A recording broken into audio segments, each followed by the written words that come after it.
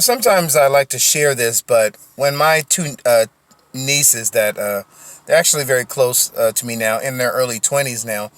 Um, but when they were teenagers, I actually used to take them on mock dates. Actually taking them out to the movies, to different restaurants, different places, locations, and they would get dolled up, dressed up, very nice, and we would go out, and I would pick them up at my sister's house, make arrangements with them. I would open the door for them, and I would welcome them in my car, and we would go to locations. Sometimes I would tell them where we were going, sometimes I wouldn't, but they would just be ready.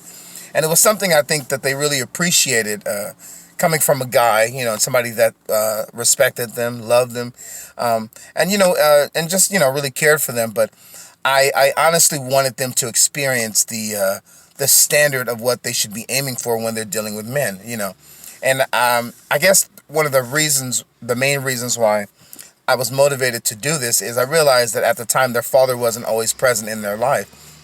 Although he was present, he wasn't really, being assertive and really making his presence known. I realized that it was important to step up and just kind of demonstrate to them that there's a standard for what they should be looking for. And I was hoping that in some way or shape or form, later on, that would assist them with their selecting of a partner. Let's just get right into it. We live in a world where there are a lot of different types of men, men with good intentions, men with very evil intentions when it comes to dating and dealing with women. And it seems like there's a lot of families that are failing women and not giving them the tools. Young ladies, they're not giving them the tools to really differentiate between what is a healthy man and what is an unhealthy man. And very often, ladies get caught up in this this situation where if a guy is very attractive and all the other girls seem to be into him, sometimes ladies are influenced to say, oh, hey, since all these other ladies are attracted to this guy, I need to be attracted to him also, even if I'm not feeling inspired to be with him. All these other ladies are into him, so therefore I need to be attracted to him. And that's not how attraction is supposed to work.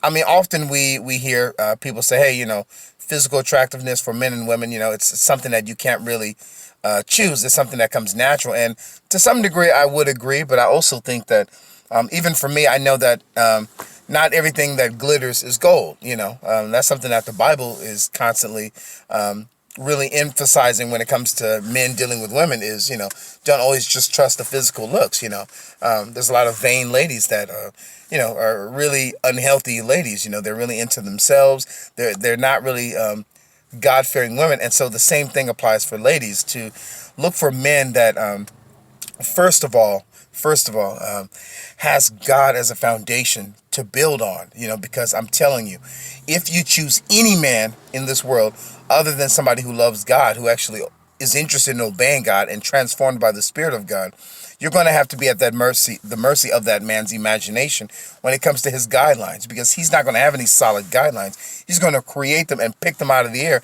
anytime he chooses, so you're going to be at the mercy of that. And a lot of you, you're tattooing guys all over your body, your bodies, guys that don't respect you, guys that don't care for you. You're having children with them, you're moving in with them and cohabitating, and they don't respect you and they don't care for you, and they're doing everything and they're taking all the benefits of a marriage and not dealing with the marriage, because it's like, hey, why get married if you're giving me everything anyway?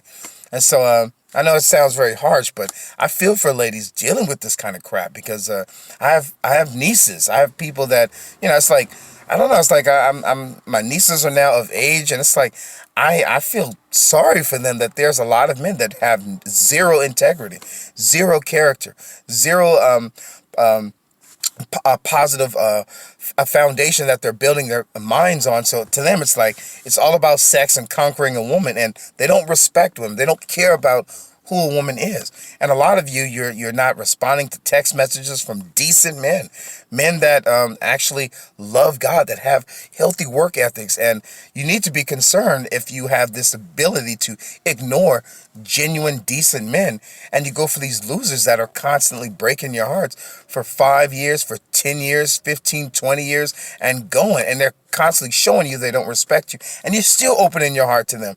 And I'm sorry to sound like very harsh, but that's being a dang fool. It's being a fool. You have to draw the line and say, wait a minute, I don't like these results anymore. It's time for this to stop, and it's time for it to end. Find a man who actually shows evidence that he actually desires to be with you. Somebody who is not only like giving you nice little gifts and things like that, but saying kind things to you.